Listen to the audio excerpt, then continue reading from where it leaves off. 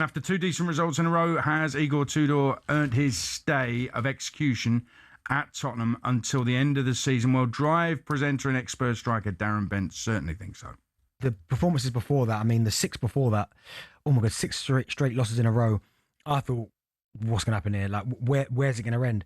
And they put in a decent performance against Liverpool. And as you said, they beat Atletico in the second leg. And they have got confidence now because that's 2 unbeaten now in all competitions, 2 unbeaten. The game on Sunday's the one. It's so big.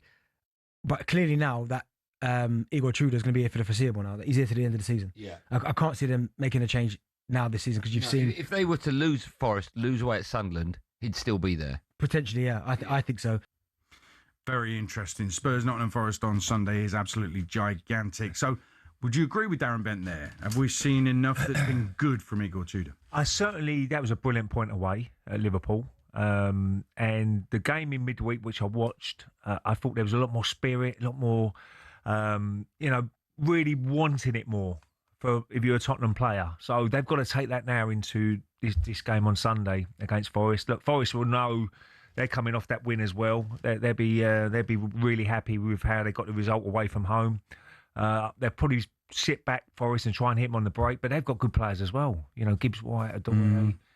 Jesus up front, Anderson in midfield. So they've got a decent squad of players itself. So it's going to be an interesting game. But I think the first goal is, I know it's an old cliche. First goal is going to be really important in that game. If Forest can somehow nick it, then you can see the fans really getting a little bit frustrated. But one thing about the fans the other night, they really, really got behind the team, Tottenham. Oh, they did. I was at Tottenham Hotspur. You was there, weren't you? And they were fantastic. You've really got to say, look, with a struggling team at the moment, knowing they're going to probably go out of at one stage, maybe there's a glimmer of hope, but they looked like they knew they was going to go out, but they really got behind the team, and that's what they need to do to the end of the season.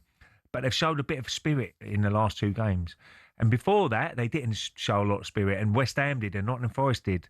So now it's going to be really interesting who goes down because, West Ham go to Villa this weekend, and obviously the Forest and Leeds got a big game as well. Let's not discount Leeds because they're only a couple of points above them, and they've got a big game at home. Ellen Road will be rocking. Brentford go to Ellen Road. So who's going down then? I think it's going to be. It's tough, isn't it? Yeah, I think it's really hard. Look, the bookmakers usually have a big favourite to go down, but they can't even pick it at the moment. 7-4, 7-4. So that just shows you they don't know.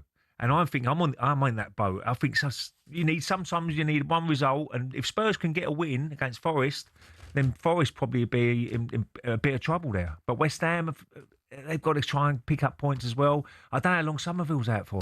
And that's a massive loss for him because he'd been flying. We've got a draw against City without him. Yeah, but I look at Forest's games that they've got, plus they're still in the Europa League, got quarter-final against Porto to come, but they've got, obviously, Spurs coming up, and then Villa. Burnley is a very winnable game. They've got to go away to Sunderland, whose home record is decent. Chelsea away, Newcastle, Man United away. Bournemouth on the last day. So I don't know. I wonder if there's enough points for them to pick up. I do worry about Leeds. I think it could go down to the last day. Yeah. There's no doubt about that. So you look at who's got who on the last day. Is Forest at home against Bournemouth? The Forest game against Bournemouth is at home, City Ground. So that could be the game that keeps them up. Who knows? Yeah. Bournemouth are probably not playing for anything. Or maybe they're trying to go for Europe still, but I do wonder about the European thing with Forest, whether that's going to get in the way. But we shall see. Well, that's why the Premier League's so good, because we're sitting there and we're scratching our heads. Who's going to go down? Yeah. Usually there's a little bit more of an easier route or someone you could pick that you think they're going down. But I really don't know out of them. Do you want the Spurs to go down?